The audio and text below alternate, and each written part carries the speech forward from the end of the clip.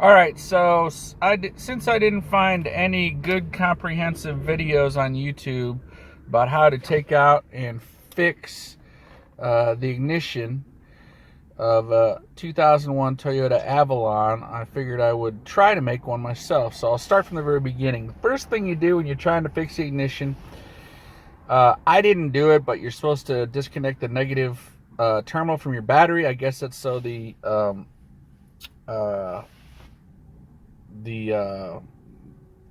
safety bags don't deploy on accident or something. Anyways, like I said, I didn't do it. So that's the first thing you're supposed to do. Second, you take off, you pry this just with your hands / screwdrivers. I'd be real gentle. Don't try to force anything, but you I've already done it, so I'm just going to take this off. So you take this out. Real simple, 2 clips on the back right there. Next thing you do, which I've already done, but I'm recreating it for you. There's a screw that goes in right there that's already taken out for the light ring that goes around the cylinder. And then you basically take the cylinder light ring off of the cylinder. And I just let it rest down there. Then I went and made a little tool. If I had to make it over again, I'd make it a little differently, but I'm trying to find it, and of course I dropped it and honked the horn on you. Sorry. Anyways, I made this little tool. If you don't have anything pointy, I just made it out of a nail. If I had it to do over, I'd probably make it out of a longer nail. You have to make it out of a thin nail, and I'd probably bend it a third less. I'd leave a third less. So anyways, I'm going to show you how you take the cylinder out. So the next thing you do to take the cylinder out is, of course, I had a key that was real nice for it. Oh, there it is. You put the key in and you turn it to accessory. If you don't do this, you cannot remove the cylinder. Anyways, I mentioned that there was a screw holding in that light ring. FYI, there it is down there. I put it back in just so I wouldn't lose it. All right, so this is how you take out the cylinder. Good, I got a good place for it. So how you take out the cylinder, the button's right behind this place for the screw. So I take this, feel where the button is. Well, you won't feel where a button is. You'll feel where a button's sort of...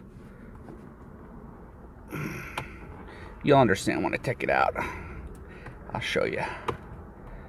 So you push up on the little button that's on the actual cylinder here.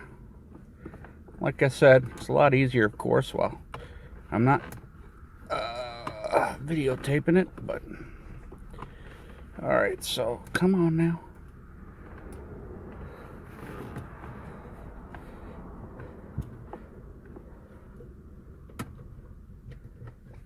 Oh, there you go. I didn't have it at the accessory all the way. That was the problem. If you don't have it at accessory, the button is not going to go in. So anyways, then it just slides out just like that. And here's the button I was talking about. Right there. So now, just to illustrate, it's on lock now. And you cannot push that button down, and you cannot get the cylinder out.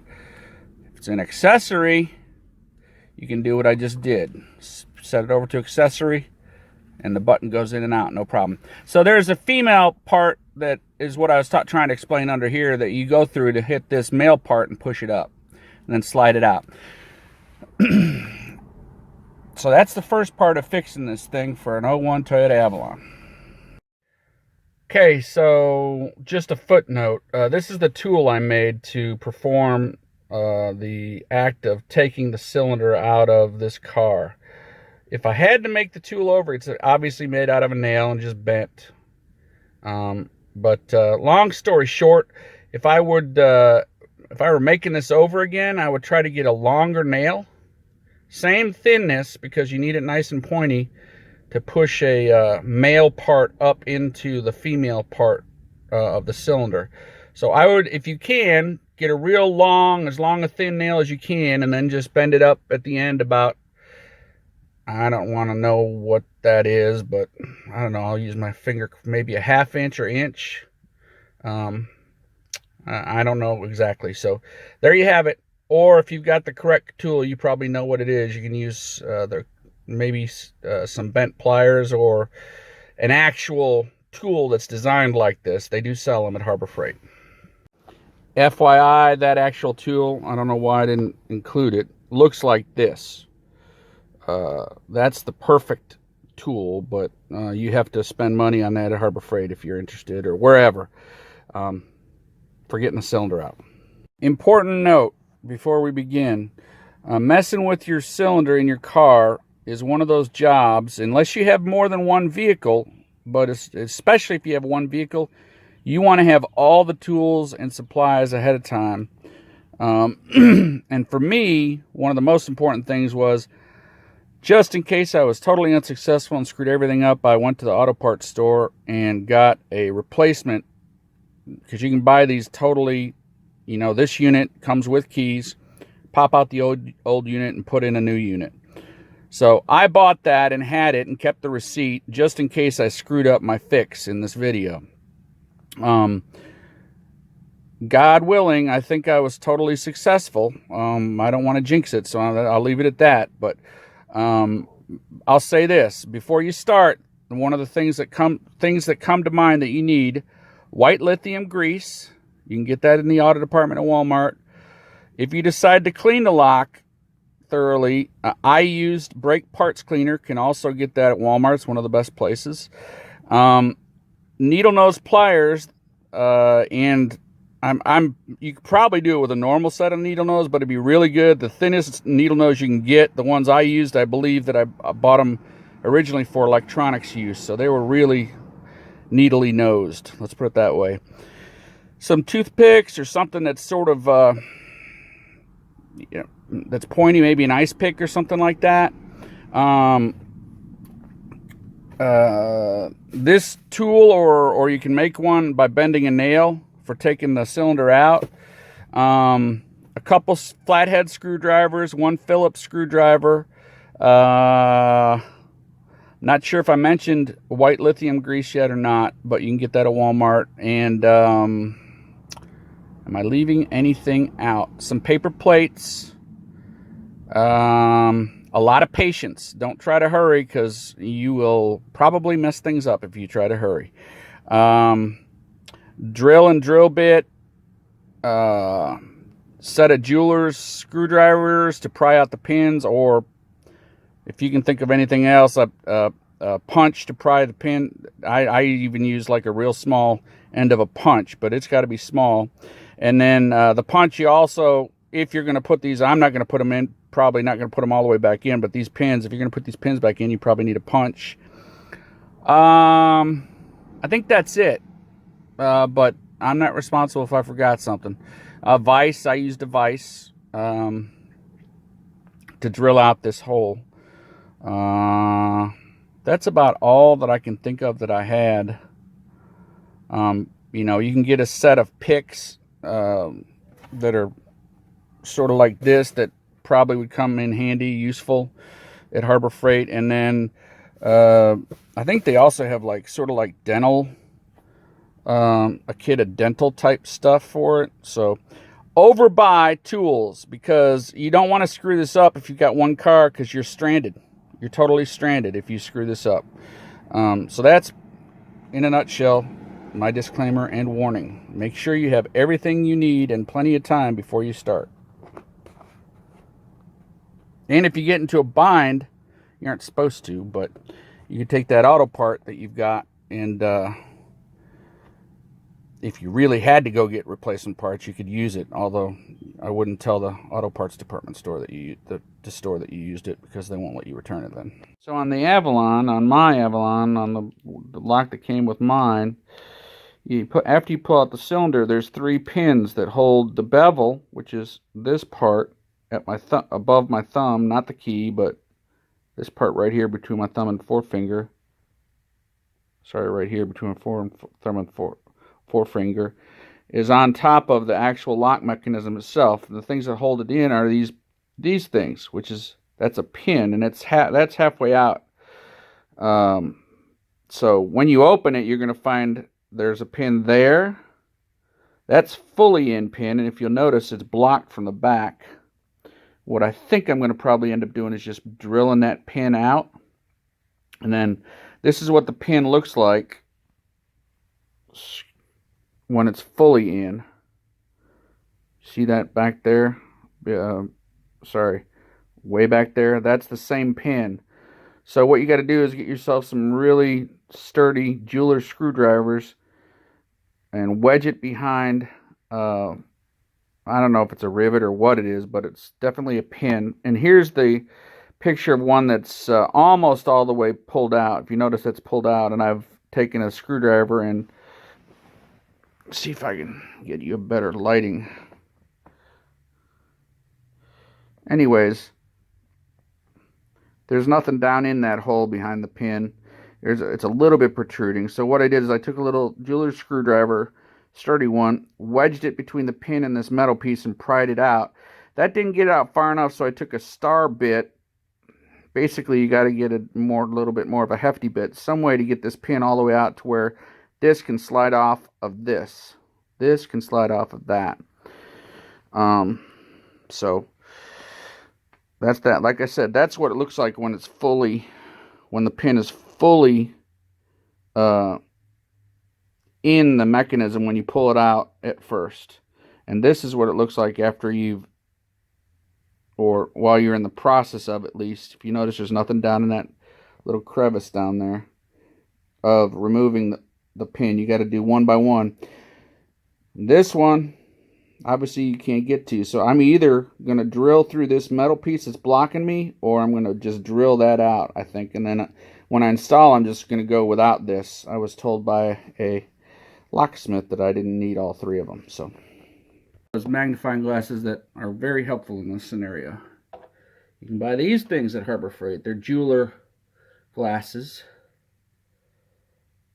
and they're like $5.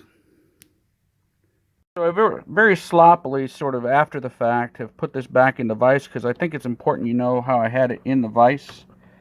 I went through a learning process on this. The bezel's fallen off already here, but so I guess that's sort of a what do they call it, a spoiler there, because I get to get bezel off. But anyways, so this is how I had it in the vise to begin with, and then I realized I didn't want to put a lot of pressure on the cylinder.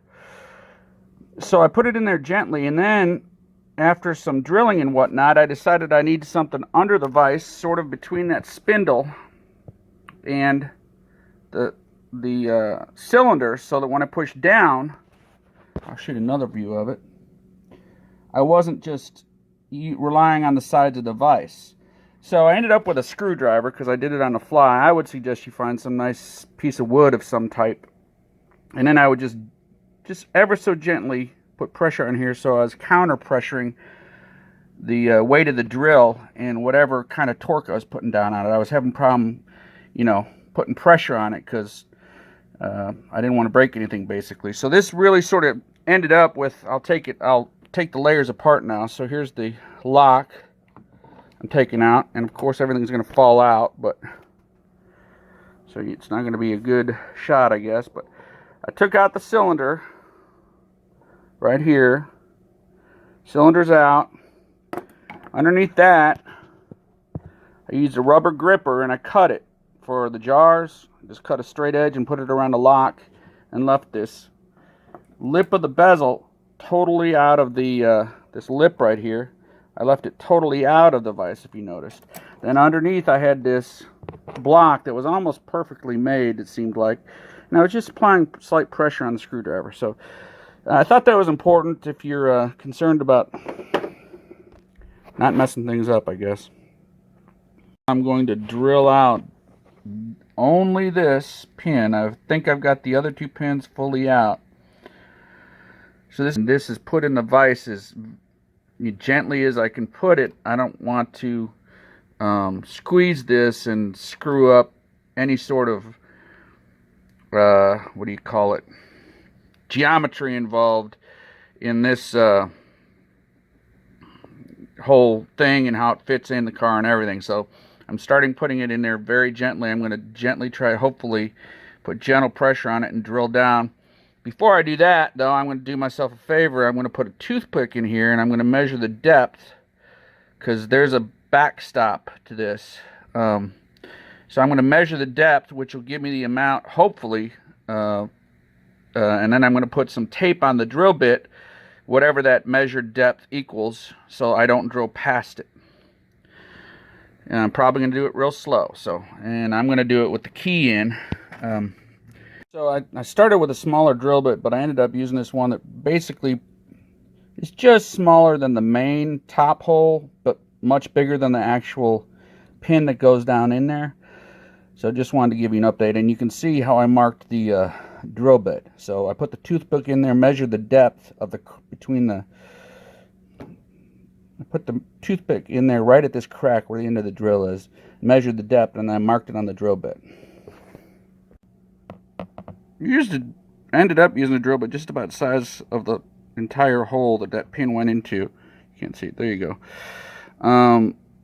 Got a little sloppy, but then I decided I was going to try to wedge a little screwdriver in down here below it, and it appears as though it's going to be successful. So I'm going to continue to pry. You're just going to have to fill in the blanks, I guess, for yourself. But those other two pins are already out, like I said. So I think that I will be successful in getting this bezel off. So I finally got it off. This is separated. If I were to put it on, I would flip it like this and put it back on. I just want to let you know what it sort of looks like underneath that. In that area that seems like area 54 for this lock, they don't want you to see. So you want to be very gentle when you're drilling, because like it looks like I may have, I don't think so, but I may have actually drilled into the cylinder a little bit, but we'll see.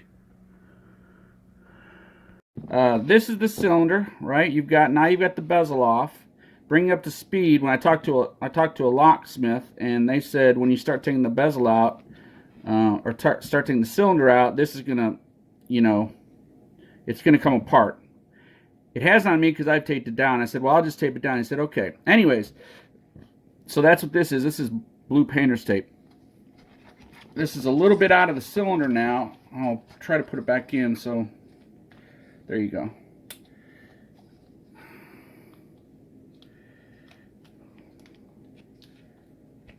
All right, so it normally sits as far as I know, it normally sits like this. And this pin is around this, underneath this indentation, okay?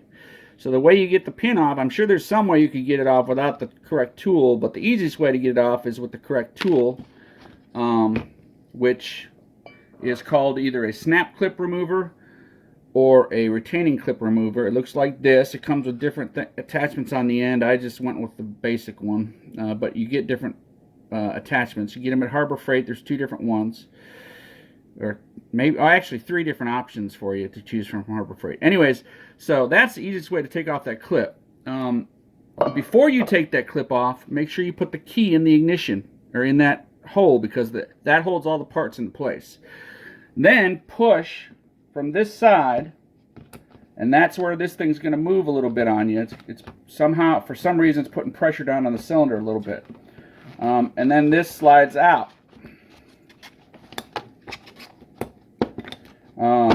Like so.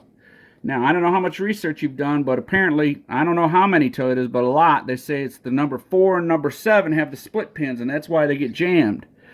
That, and I don't want to get off subject, but so that's what started me on this whole project. If you look really closely, you can see, sure enough, that number 4, 1, 2, 3, 4. Actually, it's better on this side. 1, 2, 3, 4 is split right down the middle, so I'm pretty sure that's the split pin. And then the other side will be the other split pin. 5, 6, 7. So let's flip it over. It's the same pins. 1, 2, 3, 4, 5, 6, 7. Sure enough, there's a split pin there too. So what my solution is going to be is I'm just going to remove the things, and my vehicle will be a little bit less secure. But And the other thing they say, I don't know if it's true, but if you believe other videos, this should be perfectly smooth, this cylinder, okay? Mine isn't. My car's got 238,000 miles on it, so it's got some wear. So if you'll notice, mine aren't smooth. I'm going to start by taking the number 4 and number 7 tumblers out, and then I'm going to drive it around a little bit. Hopefully everything goes all right. But if I still have problems, then I'll probably come back and maybe file the top, round out and file the tops of those. I'm not sure what I'm going to do. But anyways, this video was only to take out 4 and number 7. So baby steps, I guess. All right, so the next step, my understanding, is you hold like this, and then you remove the key, okay? And then you take out, I'm going to take out the number 4 and number 7, and I think that there's also a spring you need to take out. I'm not sure, so stay tuned.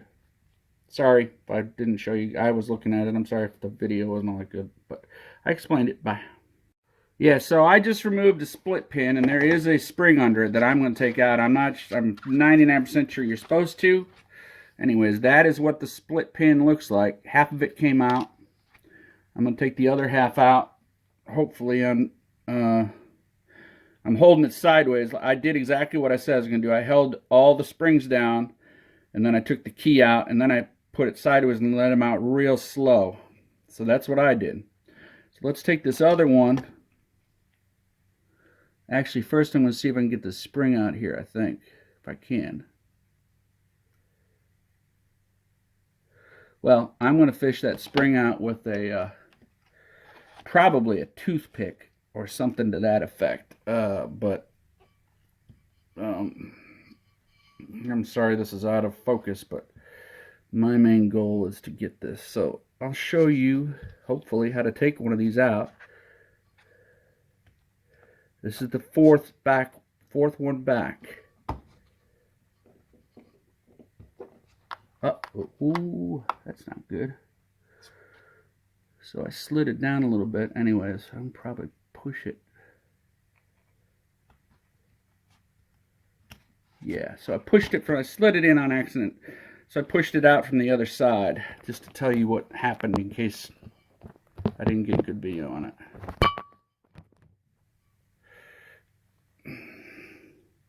Trying to get good video for you guys, but it doesn't seem to be helping me out today. Alright, so that's the 4th pin. So that is both sides of the split pin. And I think that there's probably, well, maybe there's only one spring. I'm not sure. Yeah, there's 2 springs, one on each side. So I'm going to take those springs out if I can. But just to let you know what those split things look like, they look like this.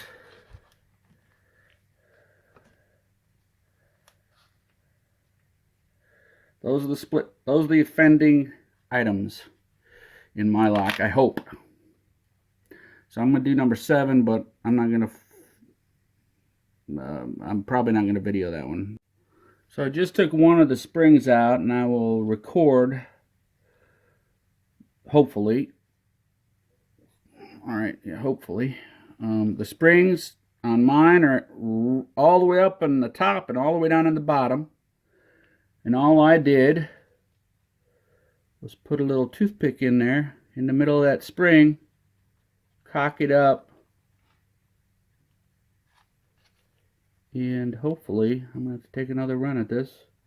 Oh, FYI, I've also got magnifying glasses on. I'll show those to you. That has been very helpful. So I don't know if you can see that spring, but there's a spring there. It's all gunked up too. That may be part of my problem as well. So there, I've taken the 2 springs out. Anyways, I'm going to show you those magnifying. If you're going to choose to do much with the lock, I would recommend using paper plates. First reason is springs, very tiny springs. There's tiny springs in the lock, and if they get loose, which is what happened on mine,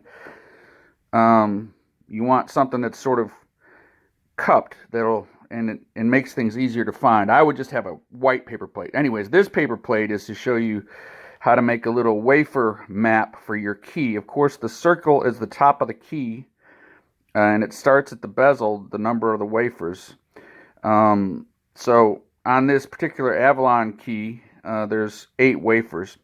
And number 4 and number 7 are split wafers, which create problem over time. They wear out. So I just took those out. Anyways, long story short, I'd create 2 of these maps, like so. In the middle is painter's tape. I would put the sticky side up and bend over the ends that my thumb is on to keep the sticky side down to the plate. And that way, with painter's tape, you'll keep residue off of the wafers as much as possible. Create 2 of these maps, one for dirty wafers, and then as you clean them, you transfer them over to the clean wafer plate. That's pretty much it. The main thing is, like I said, those springs are real tricky. Try to keep your fingers on them. I tried to keep them in the lock even while I was cleaning it. I would just put my fingers over where they rest, where they're in there. But even then, after you clean them, they become free and sort of come out, and But it's not uncontrollable. You just have to be very, very careful. That's all. They're very small. The reason why the 4 and the 7 are crossed out is because I took them out. They're split wafers, and they create problem over time. They wear out and jam up the lock and all sorts of things. So I'd rather just have a little bit less secure lock. The lock still is secure, but just not as secure. I'm making this video after I have fixed the lock, and what I ended up doing, sorry if I'm being repetitive, but now I know why not a lot of people have put a full-blown lock rekeying for automotive on the internet, is because you get to a certain point and there's a bunch of real small pieces, and having to mess with the camera in the middle of it all is very difficult. So I'm just going to walk you through it. It's not that hard. And I also may put a link to a potential step-by-step,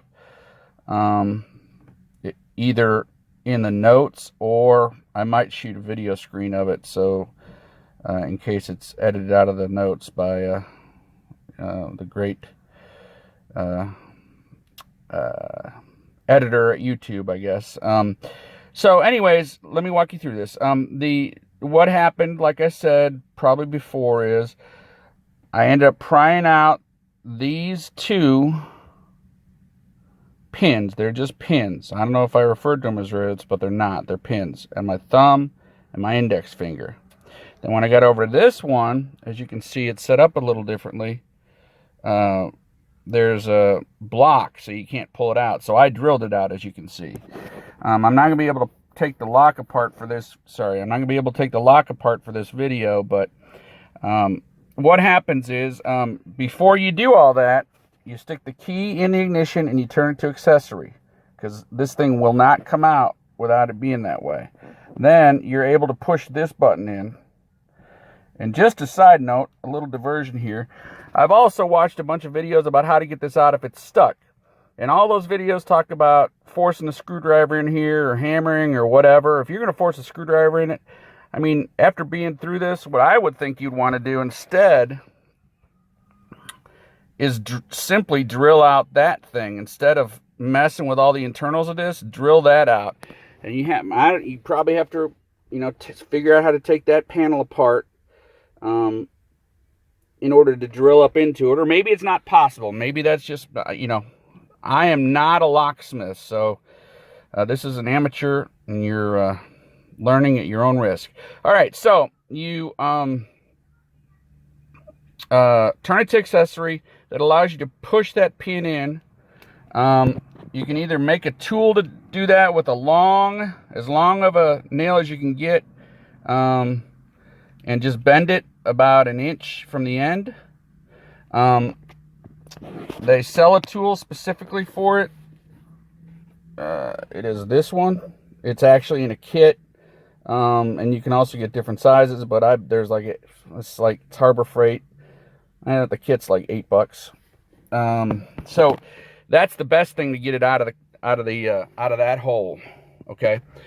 And refer to my prior video for that. Anyways, so once you get those pins off, I'm back to this. Once you get the pins off, once you drill that out, I had to take 2 flat nose screwdrivers, gently pry right there gently, and you know, sort of work it back and forth gently underneath that. Especially be gentle underneath that, because this performs a function.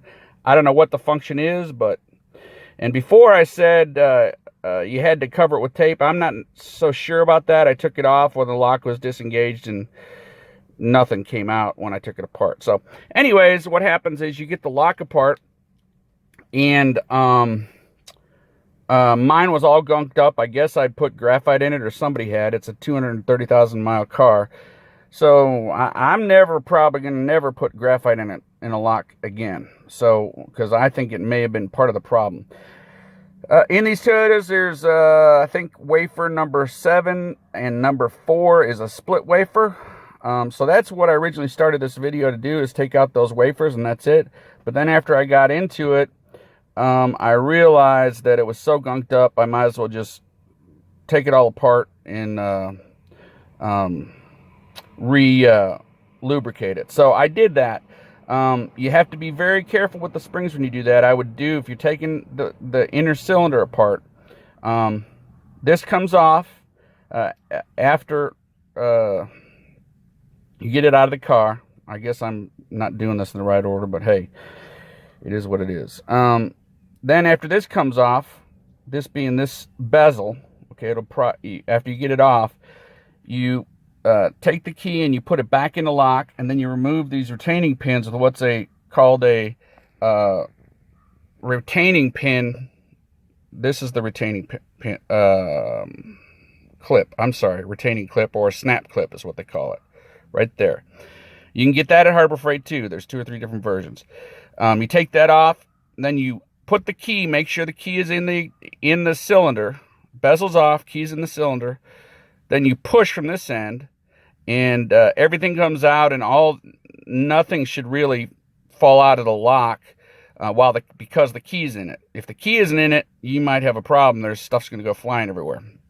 So anyways, what I did is I took it out, held both sets of wafers down on both sides, and then took the key out, and then slowly released the wafers. Then I took the wafers out one by one, and refer to the key/wafer map I did a little video on within this video, and put them on a sort of a map as they were dirty as I was taking them out. And then as I cleaned them with brake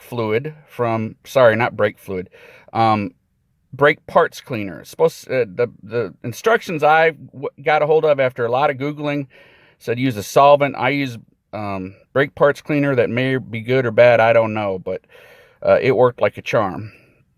I washed everything down in brake parts cleaner. You just need to be gentle with it, because it'll spray the heck out of it. Then what was the other thing? What I did was I tried to hold the springs into the lock while I was washing it off with brake cleaner. The cylinder, I'm sorry. I washed everything pretty much off with that brake parts cleaner, except for this part right here. But I washed the inside of this that I'm holding this exterior thing. I washed the cylinder out with it. I washed everything out with it. There's also a little piece up near the front of the key that's black that fell out, but I don't know what it does, but you can put it back in really pretty easily if you mess it all with it. Just clean it all out really good. Then you get lithium grease, and I got it at Walmart for less than $4. Excuse me. Sprayed it up into, I'm not sure if this is the correct way to do it, but what I did was I sprayed it. There's a top and a bottom. If you'll notice by my thumb, if you compare it to the other side, it's up a little bit as compared to the other side. Same thing as at the bottom. It's up a little bit by my middle finger, but not by my thumb. So the instructions I was sort of reading said to basically fill this with lithium grease that I'm running my thumb across on the inside. You fill it on the inside between the cylinder and the casing. I just sprayed lithium grease on it. I sprayed lithium grease pretty much as many places as I could. You might want to get some nitrile gloves. That's also a good tip, because it gets pretty messy if you don't. As you're cleaning those wafers. I took them from that one map, cleaned it off, and put them on my other key map. And then, like I said, I put lithium grease almost pretty much everywhere. And then here at the end of this, because that's how it came out. I'm not sure if he needed there or not, but apparently the factory thought it needed there, and it looked like it was a lithium grease too. So that's all I can think of right now. Sorry about all the rambling, but I'm not good at this, and I'm really just doing it to, number one, help anybody, because I know there's not any really good videos on it from what I could find. And also, if I ever have to do this again, I want to refer back to the video. I wanted to make sure I included the source that I used for what they refer to as a step-by-step explanation, written explanation of taking the cylinder apart, the ignition cylinder lock apart, and cleaning it and whatnot. So I'm going to very slowly go across the web address, so if you want it, you just freeze your screen and write it down, and you can get your step-by-step there. Then I'll probably go through the step-by-step I'll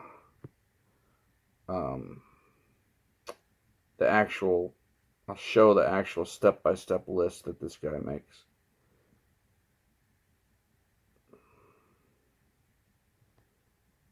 Oh, and that's not the end. I gotta scroll out, so hold on here. It's not the end of the address. Okay, so that's the end, all the way to the end of the address there. I'll hold it there for a bit. Alright, so I'll scroll down to this step-by-step that was very useful to me.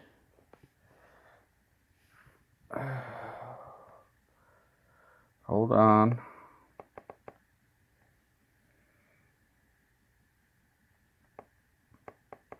So this is the step-by-step. I don't think it was necessarily written for, you know, my model or anything like that, but it helped a bit, quite a bit. So well, we got that, and then we'll go down. And you can freeze the screen if you want to read it.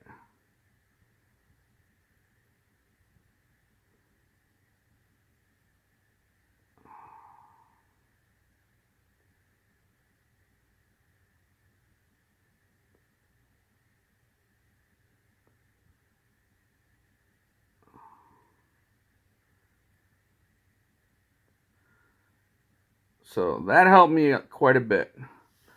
And I had one other thing that I can't think of. Hold on. Alright, well, I had another item that I couldn't think of. But anyways, that's the end of this video. Sorry it rambled. Sorry it probably repeated itself. But I figured I'd rather put that, because I had to put so much information together. It took me so long to gather it that I wanted to put it all in one place for somebody.